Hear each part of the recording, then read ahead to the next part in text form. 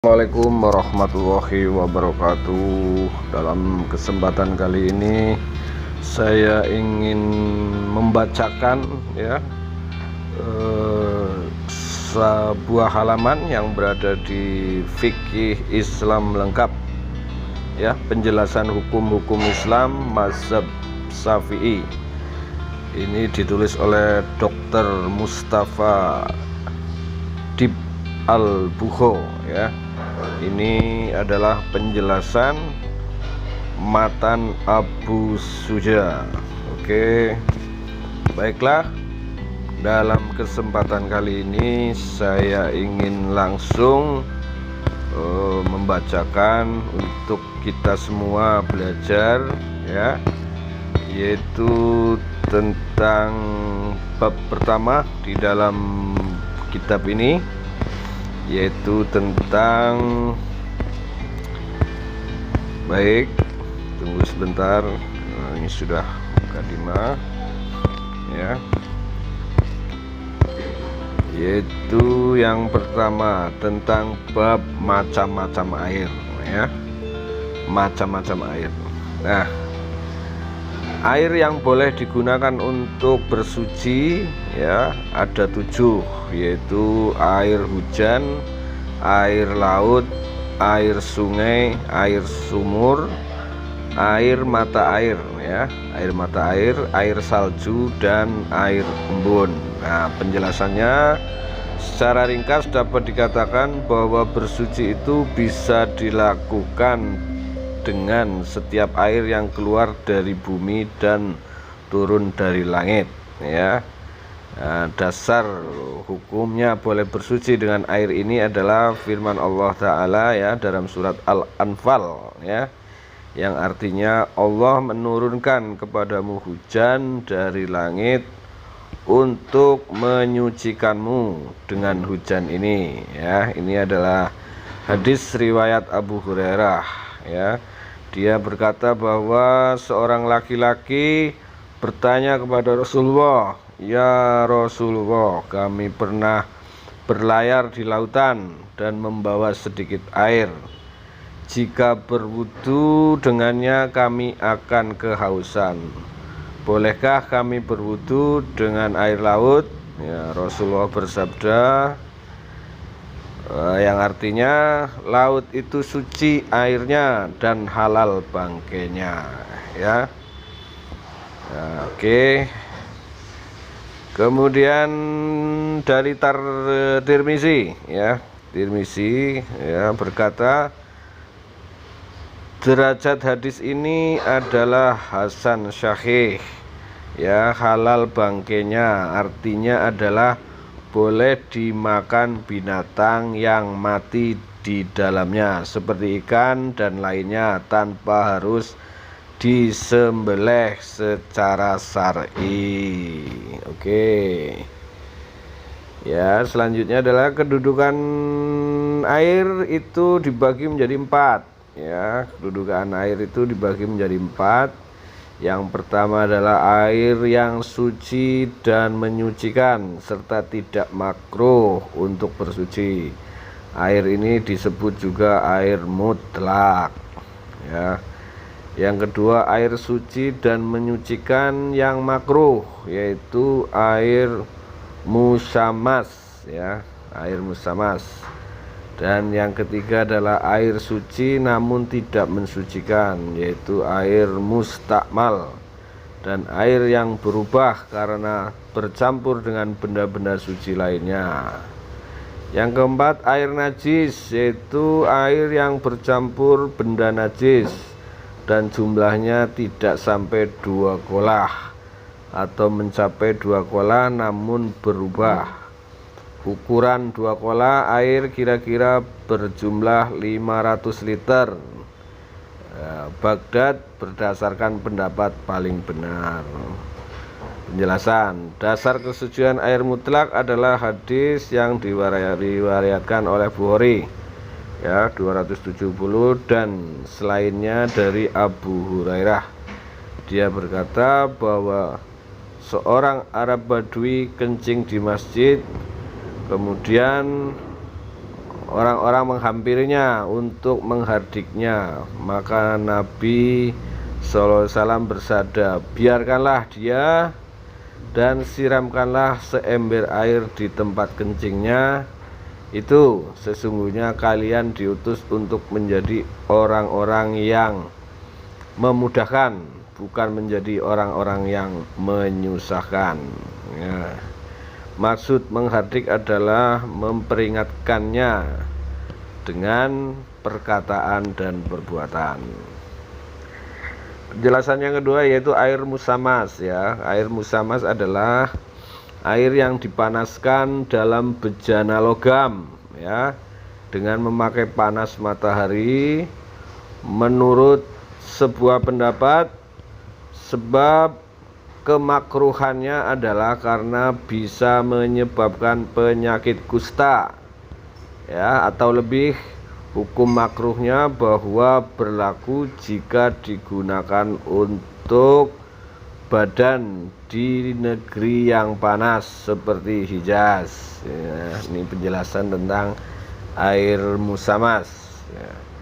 Kemudian yang ketiga yaitu air mustakmal, adalah air yang telah dipakai, ya, air bekas nih, ya, untuk menghilangkan hadas, ya. Jadi air bekas menghilangkan hadas. Dalil kesuciannya adalah hadis yang diriwayatkan oleh Bukhari, ya, di halaman 191 dan Muslim halaman 1616 dari Jabir bin Abdillah. Dia berkata, Rasulullah mendatangiku ketika aku sakit dan hampir tak sadarkan diri. Beliau berwudu dan menuangkan air bekas wudunya kepadaku.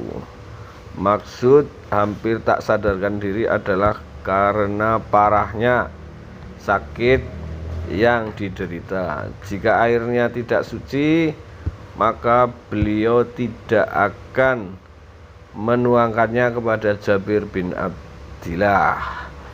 Dalil bahwa air mustakmal tidak menyucikan adalah hadis yang diriwayatkan oleh Muslim 283 dan selainnya, dan Abu Hurairah, bahwa Nabi bersabda, yang artinya, janganlah salah seorang di antara kalian mandi di air yang tergenang atau tidak mengalir ketika dalam keadaan junub.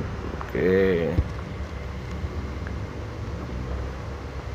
Para sahabat bertanya, wahai Abu Hurairah, apa yang harus dilakukan? Kemudian dia menjawab, orang tersebut harus mengambil air seciduk demi seciduk, ya. Hadis ini menunjukkan bahwa mandi di air tersebut akan menghilangkan kesuciannya. Jika hukumnya tidak seperti itu, maka ia tidak akan dilarang. Hukum wudu dalam hal ini sama dengan hukum mandi karena hakikatnya sama, yaitu menghilangkan hadas, ya. Baik teman-teman, kita lanjutkan, ya, yang nomor 4 yaitu termasuk air suci namun tidak menyucikan adalah air yang berubah karena bercampur dengan benda-benda suci lainnya. Nah, benda-benda suci ini maksudnya adalah benda yang biasanya tidak dibutuhkan oleh air dan tidak mungkin memisahkan jika telah bercampur dengan air, misalnya mis, garam, dan lainnya. Semua ini tidak menyucikan karena ia tidak dinamakan air lagi dalam keadaan seperti ini. Yang kelima, mengenai air yang jumlahnya tidak sampai 2 kulah, Imam hadis yang 5 meriwayatkan dari Abdullah bin Umar. Dia berkata, saya mendengar Rasulullah bersabda ketika beliau ditanya tentang air yang berada di padang pasir, yang diminum oleh binatang-binatang buas dan binatang-binatang ternak? Beliau menjawab, yang artinya, jika airnya mencapai 2 kulah maka ia tidak mengandung najis, ya. Dalam lafaz Abu Dawud 65 dikatakan, ia tidak menjadi najis. Binatang buas adalah setiap hewan yang memiliki taring yang digunakan untuk memburu hewan-hewan lainnya. Kesimpulan hadis ini adalah, jika air tidak sampai 2 kulah maka ia menjadi najis walaupun tidak berubah.